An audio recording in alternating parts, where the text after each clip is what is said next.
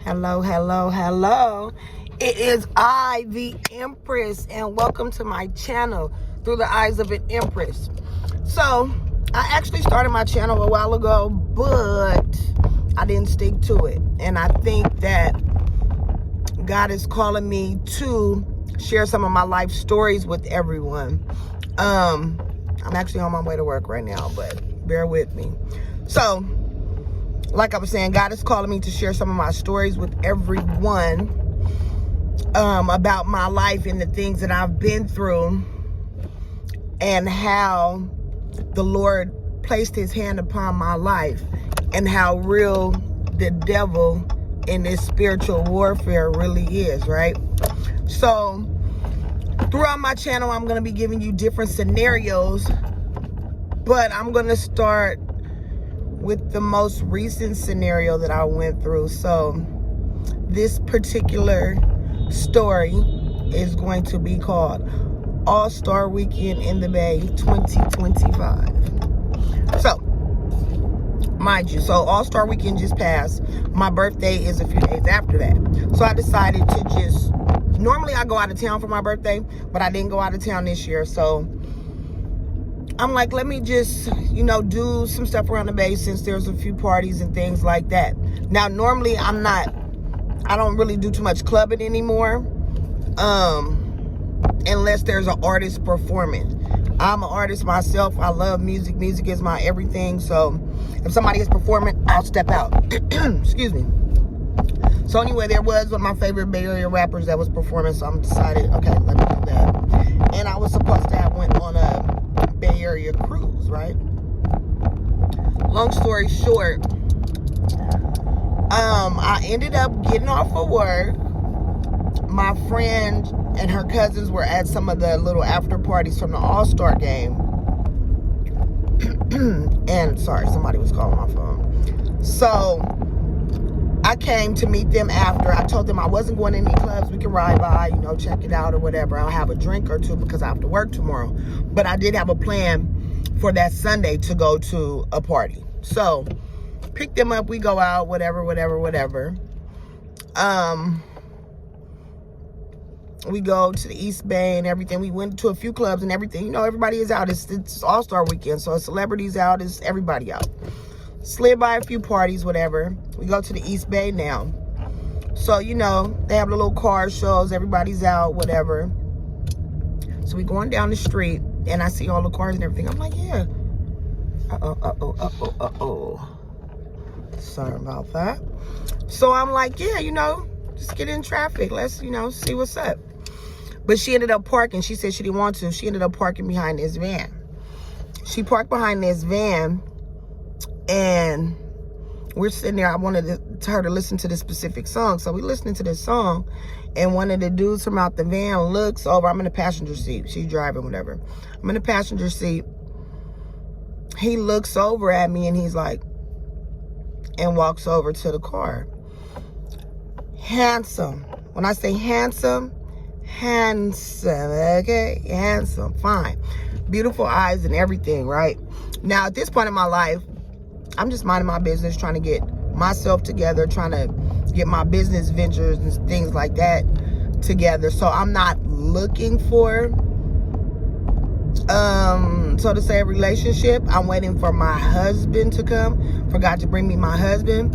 So, I do have friends, but I'm not like pressed on, oh, I need a man. You know what I'm saying? I'm trying to get to my bag right now. So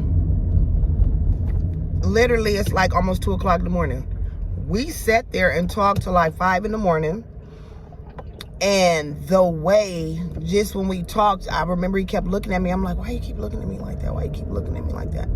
Now, the look in his eyes was like he was undressing me with his eyes. And then the flip side of that look was, I can't trust you, right?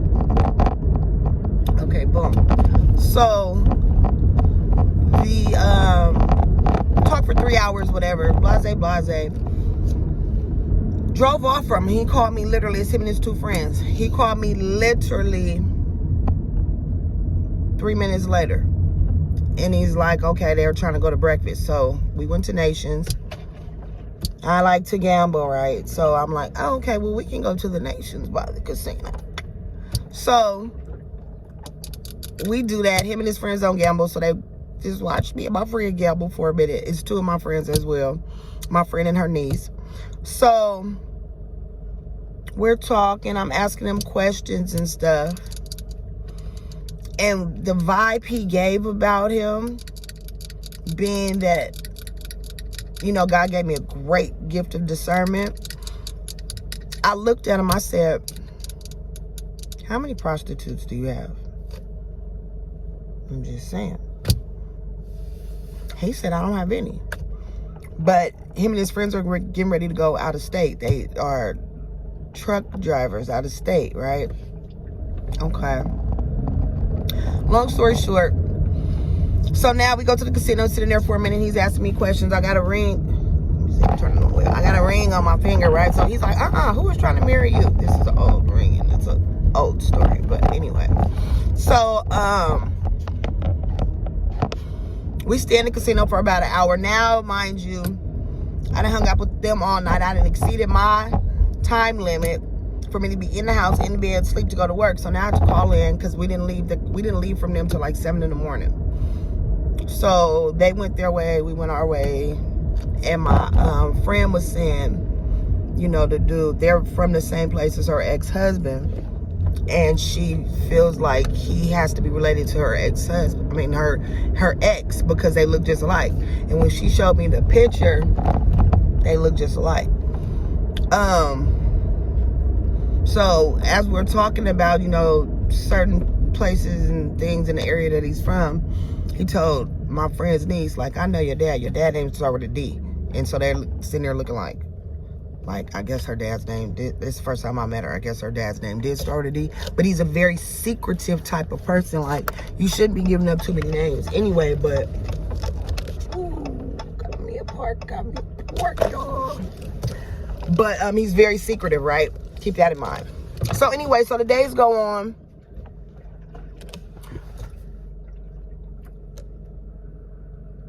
We're talking more and more and more. I mean, he's calling me every single day. Can y'all see me? Hello.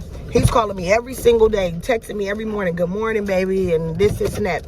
So I'm thinking to myself, like, dang, did God bring me my husband? Because we like conversations, we talking on the phone for hours. We have so much in common and stuff like that. So I noticed we make plans and things. We make plans to hang out. He's like, he's gonna come over, so I cook. All right, I cook. I cook, right? So we make plans to go out. No, actually, he made plans to come over. So I'm like, okay, what do you want me to make? So he told me he wanted steak. So I made some steak, cabbage, rice and gravy, and some yams. The day before that, I went to a family event where he was supposed to come over, but I got home too late, called him, he didn't answer the phone. So the day he's supposed to come over when I cooked, time for him to come over, talk to him all day. He don't answer the phone. But mind you, okay, that's that. Okay, so let me slow down. So so I met him that first night. The second night, I went out. Now, mind you, like I said, I don't really too much do the clubs or anything like that anymore. So I did the club. Now, I did stuff that I normally don't do. So I have a friend of a friend. We all went out of town, and she called it bald-headed hoe shit. So I felt like that's what I was doing, like bald-headed hoe shit, which is a form of ratchet stuff, like stuff I normally don't do, which I've like outgrown and things like that. But I did it All-Star Weekend, and then the following weekend was my birthday. I went to work. On my birthday, I was actually sick as a dog. I had to go to the hospital. I ended up with a respiratory infection. Where did that come from? But all this time, what I noticed was I'm doing stuff I normally don't do. I drink socially. I'm drinking more than I normally drink. I met this man that I like so much, but the look in his eye is telling me I can't trust him. He's asking me all kind of questions about me, but he didn't really want to give up that much information about him, right? Like, oh, you drive the bus, you this, you that, checking out my jewelry and everything, and sending the sweet messages, staying on the phone with me for hours and everything like that. But he never answered his phone at nighttime, which I'm not a dummy. I'm very sharp, right? But for whatever reason, this kind of like blinded me. So this, basically what I'm saying is it was a month-long span where I was very much so off balance. Like I said, I was drinking more than I normally would. I was kind of low-key like stressing a little bit over dude, because what he was telling me wasn't adding up to his actions, and I kind of started to like him. But the flip side of that is I'm not a dummy, so I knew he was up to something. He was lying or whatever. And then I was going out doing stuff that I did, that I've outgrown. That wasn't me. So I kept sitting back like, what is going on with me? And then I was having bad panic attacks. Like, I told my friend I would pull over and be like, friend, I've been having bad panic attacks. I would like really have a panic attack and like have to pull over, and I would start crying and start praying and asking God, like, what is going on? What is going on? Like, so what I did notice was I've been on such a great path after dealing with a tremendous experience in my life, which later on down the line on my channel, I will, like I said, it's going to be story time with the Empress. I'm going to tell you about that. But God has brought me so far. So for me to stumble back down and spiral, like I said, it was a month time span where this went on, with the excessive drinking, me hanging out, doing with the ratchet crowd. And I'm not, you know what I'm saying? It's just, now I'm looking back like, I don't know what was happening. I know though, and we're gonna get to that. But, and then letting this dude finesse me like that, like I'm way sharper than that. But it was something with his eyes that like pierced through my soul. Like I said, it was like he was undressing me with his eyes, or he had a plot and a plan. That was the look in his eyes. Very fine, very slick talking. So anyway, so like I said, now he's supposed to come over. Oh, no. The anxiety. So I would have anxiety so bad. I would tell my friend, like, she would call me, like, what you doing? I'm like, I'm on my way home or whatever. I just stopped to get something to eat. I'm going to go pick up a drink or whatever. She's like, okay, because she lives close by. I'm going to come have a drink with you. Honey, when I got off the phone with her, and this is the period why this man is still in my life. Like, he's calling me every day and stuff, but every time it's time to meet up and everything, he has an excuse or something is going on. But he's giving me the best game ever. Oh, you don't have no kids? Here we go, this, and that, and blase.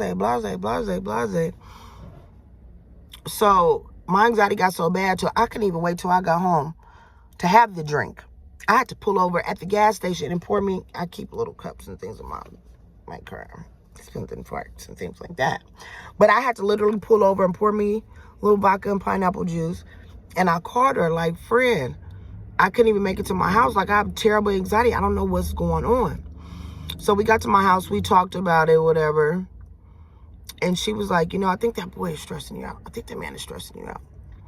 And I'm telling her everything that we talk about and everything like that, because you would think when he first met me, how clingy he was to me and how great our conversation was and our chemistry.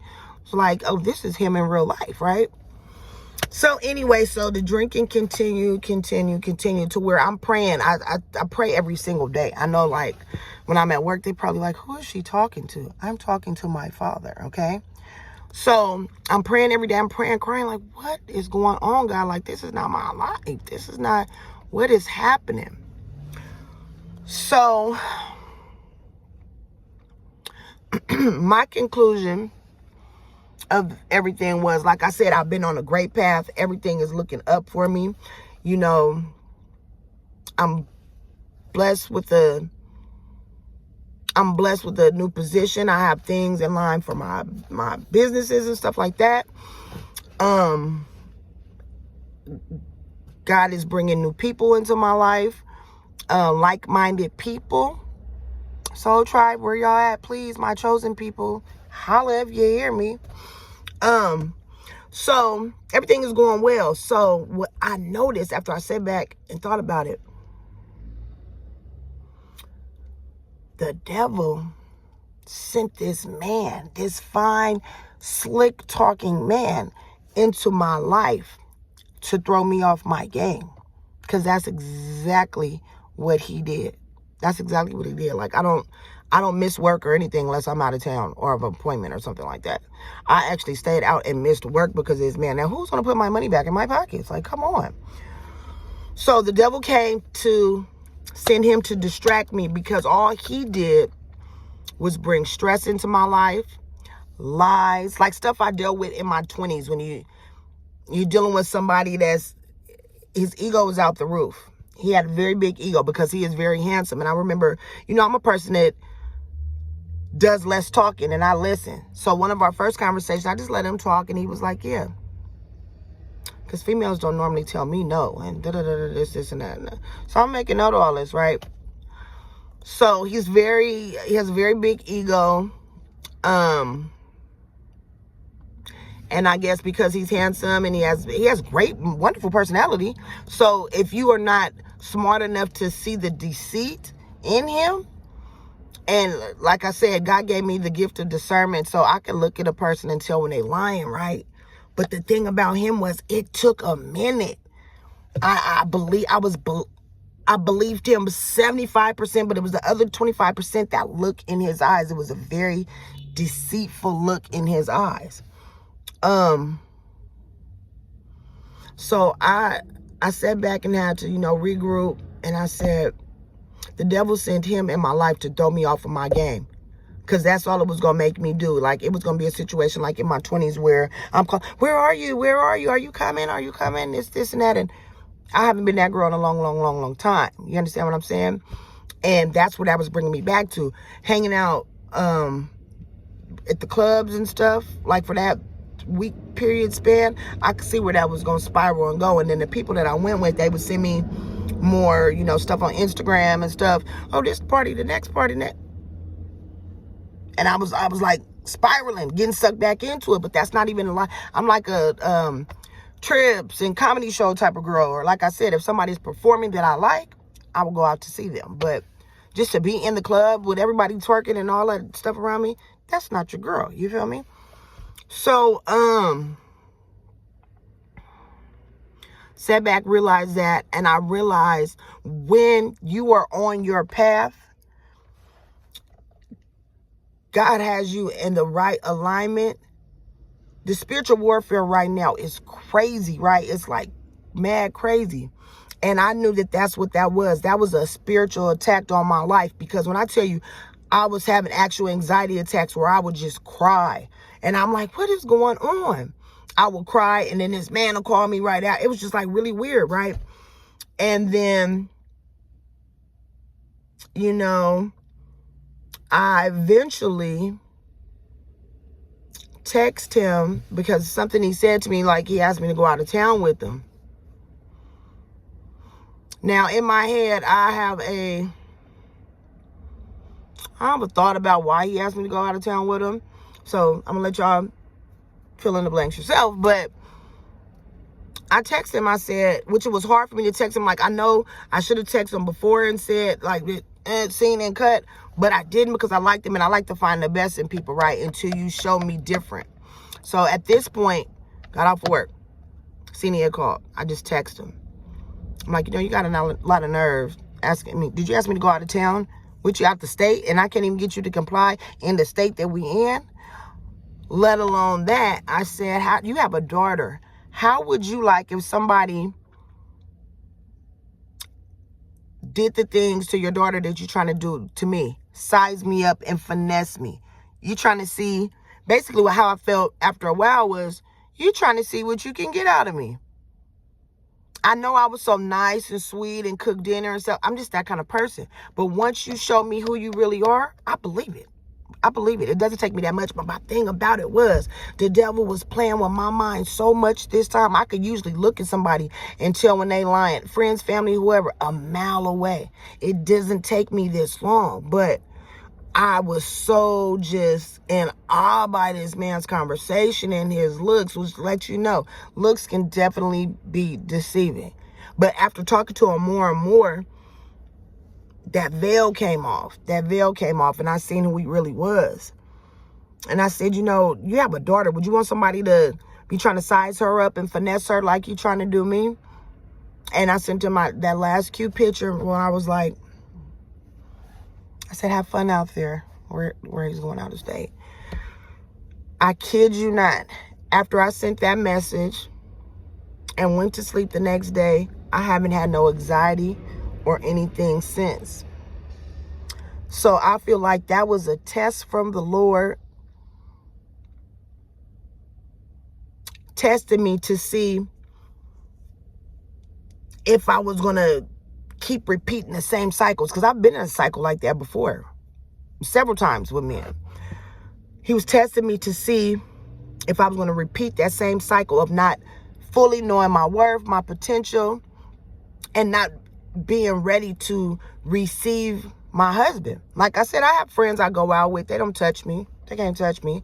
But I have friends that I go out with and stuff like that. Every now and then, not too much. Like it's never like really a me and another person type of thing. It's like a group of people, maybe, not even too much, because I'm just like focused on myself right now. And, you know, in these last day times, God gave me the gift of discernment to actually see demons in people. I could look in a person's eyes. Like I had a friend, this was a minute ago, but I stopped coming to his house because he sat there and was laughing one day. And I looked at him, his whole face just turned. I was sitting on the side of him, looking at him from another angle, and I just seen a whole demon face in him. And it's a few people that I've seen that in. So, you know, I guess God is, my discernment is, God is taking me to a whole new level. So I've been just like focused on myself, staying prayed up, praying for God to bring new people into my life, because out my cutoff game, crazy. Like Kick the Sneak said, I will leave you so quick. It's over then. Check that out. But people, places, and things that no longer fit into my life, I have to let it go. And it's no, you know, hard feelings or nothing like that. Just like you, if you're not elevating with me or trying to want better for yourself, there's nothing I can do with you at this point. But pray for you. That's all I can do with you. So the point of this story time is that once you're on a path and things are going good, you've elevated yourself, you're doing good for yourself, you staying prayed up and things like that, oh, the devil is going to try to send one of his minions in to throw a wrench in all your plans. Now, if my light bulb had not came on, I would have spiraled back out of control. And that boy would have been on my phone right now talking about come meet me, or just finessing me still. And I would have been, next thing you know, he's going to need some money and this and that, and just all kind of just crazy stuff. And I would have been out of town with him and Lord knows what, you know what I'm saying? People do some crazy stuff when they are in love and when they are in deep like of people.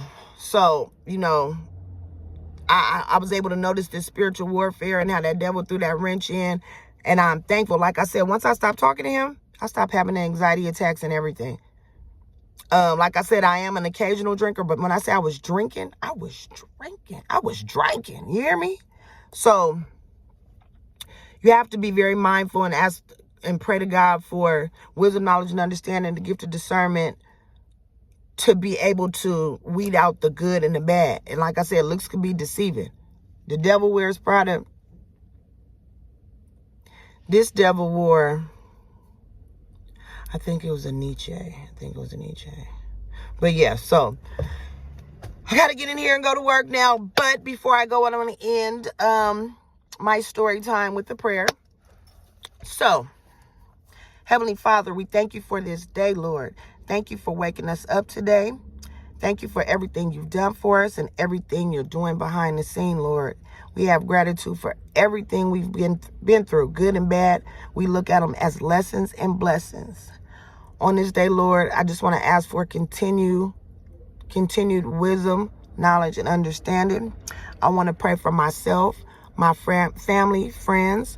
I want to pray for all of my coworkers that were safe out on the road, as well as everybody in the world that is out on the road right now. I want to pray for all of my new watchers and subscribers, that they're in good health, good faith, good spirits, and that they come to you at any time that they need to for any problems. Give everything to you, Lord. No burden is too big that you cannot handle, Heavenly Father. I'm going to pray for a great day at work, and thank you so much. Amen. Thank you guys for watching my channel. I hope that you share and subscribe and tune in. Story time with your girl through the eyes of Empress. Happy Friday, y'all.